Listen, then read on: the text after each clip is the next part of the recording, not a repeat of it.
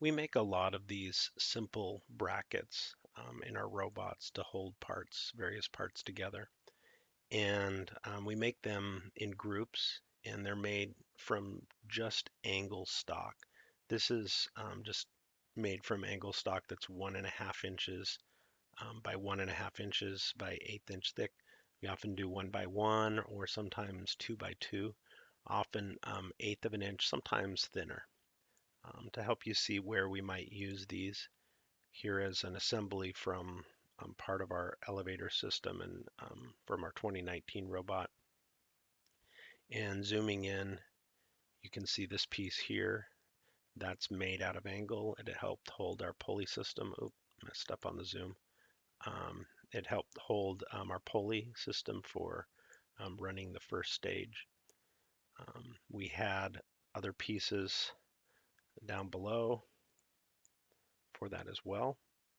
So we had another piece here, another piece there, and then we actually held our gearbox. Part of our gearbox was held on, or our gearbox was held on in part by this angle here, as you can see right there. So we have a lot of these pieces on our robot, and it's important that we can machine things out of angle quickly and in groups to save time.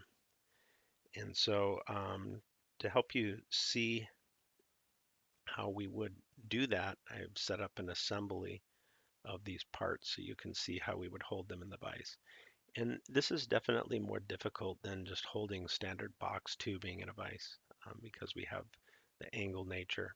And so what we typically do is stand the angle up on some parallel and then put some chunk of metal here between this jaw and the actual angle. The reason why we don't just clamp the two pieces without this angle is if it's an 1/8 inch parallel, 1/8 inch thick parallel, and we're trying to clamp 1/8 inch thick aluminum stock, it's not going to hold the aluminum stock.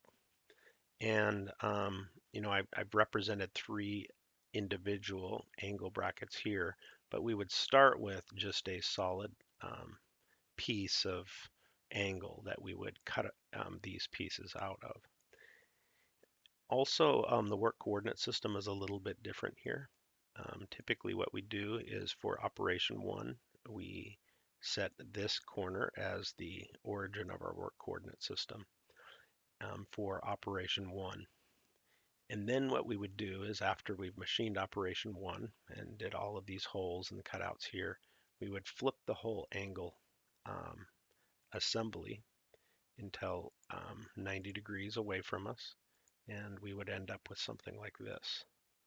And so in this scenario, what we have is the angles now facing toward us, or the extensions of the angles facing toward us, and we would set this as the origin of the work coordinate system.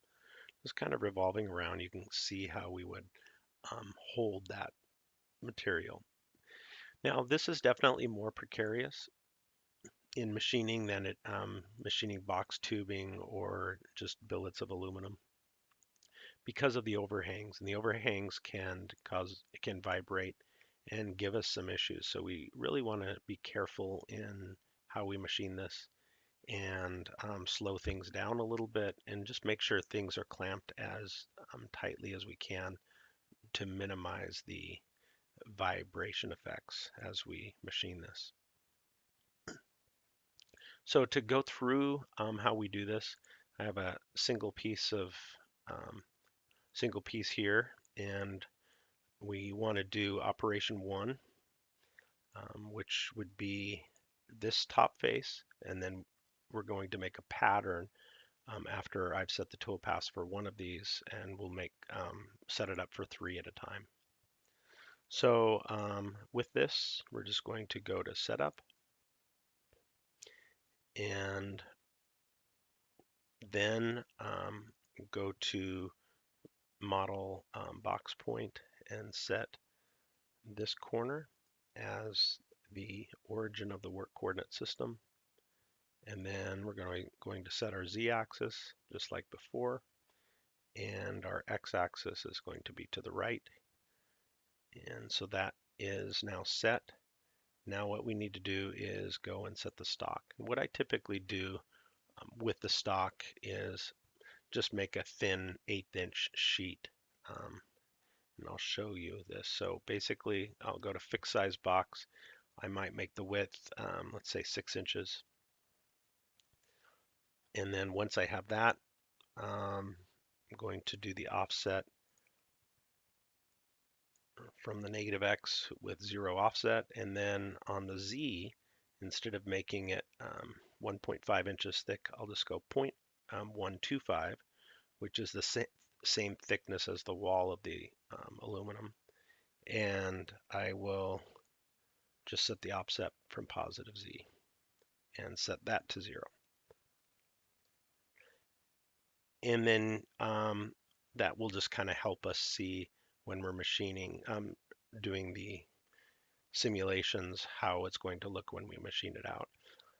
It is possible to actually load a piece of stock that is the actual angle all the way down, but you would have to design it and then set that up. And that's beyond the scope of this tutorial right now. So once I have that done, I'm going to hit OK. It gives me a warning and it says, hey, the stock is less than the height of the model. Do you want to ignore? And I just say yes. And then we'll rename this to setup 1. And then the first thing that we're going to do is drill. I'm going to select the holes and choose a tool. And these are 0.196 diameter holes. So under the tool, let's say we'll do this on the Haas mill. Tool 16 is the drill bit. And then from there, under geometry, we can get all holes of the same diameter. And then on heights, we want to drill through the bottom of the hole, and then we'll have a 1/15 thou breakthrough, just like we did on the tubing. You want to make sure that you're not drilling into anything below, but from the way that we had it set up, the block was definitely below that height. And then we'll hit OK. So now that we have the holes drilled, we're going to do an end cut here to separate the different pieces, and that's going to be done with a 2D contour. And so from there, we're going to get an end mill. Specifically, we're going to get tool number 4, which is our stub end mill 1/4 inch 3 flute. And since we're really doing a slot cut, I'm going to slow the cutting down, and I'm going to change the feed per tooth to 1/1000th of an inch. Again, we always want to slow down the feed rate when doing full slot cuts. And then the geometry, it's basically this edge here. And so I'm going to hit Alt and click that. And then the depth. I want to kind of hold these pieces together until they're all done. And so instead of going the full depth, I'm going to leave 10 to 15 thousandths of an inch. Let's say we'll leave 15 thousandths. So if we go down -0.11 on stock that is 0.125, we've left 15 thousandths of an inch of material that the post processors can easily break apart and file down and clean up.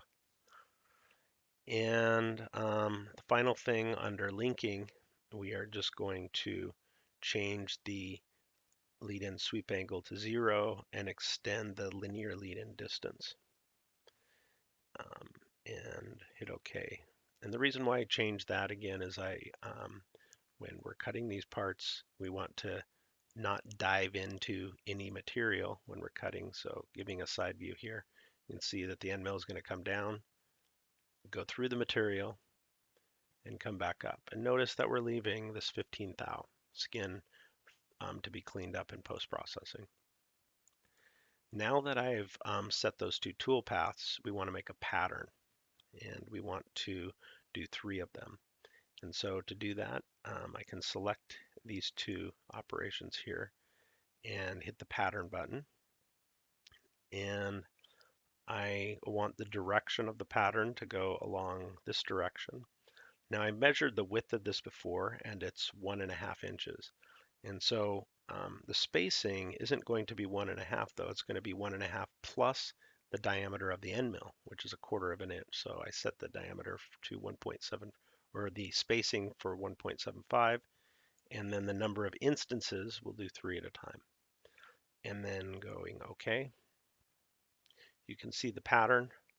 If we click on Setup 1 and go Simulate, you can see that we'll be drilling the holes for all 3 parts. And then once that's done, we'll switch to the 1/4 inch end mill and machine out and leave a little bit of material. Again, we had it set out at 15 thousandths. See that? Leaving that. And then again, the post processors will have some work to do, but it's a lot easier than making these just by hand. So that is operation 1. Operation 2, we're basically going to turn the part like this and repeat the process. And so I'm going to go to Setup, and we're going to select this corner under Model Box Point. And then setting the Z-axis here and the X-axis along this line here.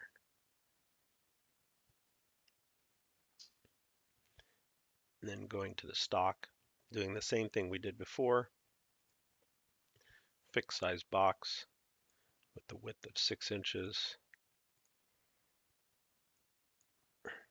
And then the height Z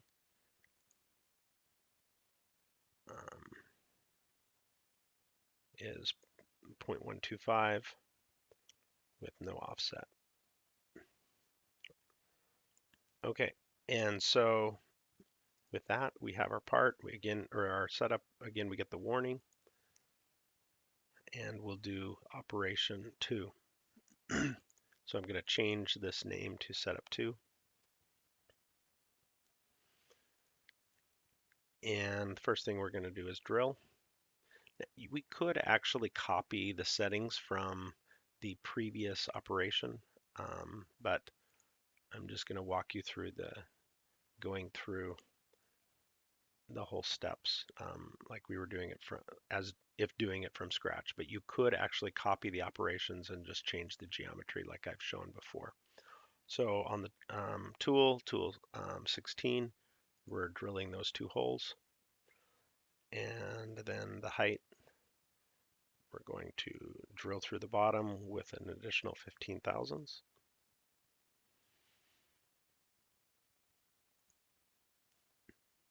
And once we have that, we can do a 2D contour on this edge here with tool number 4.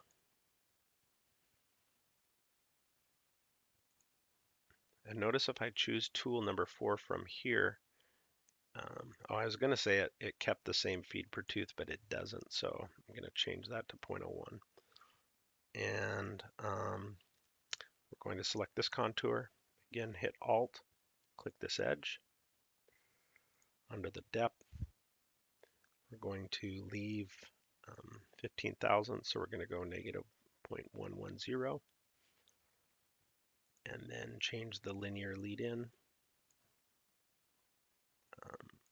And change the angle and then the linear lead in to 1/8 of an inch. And hit OK.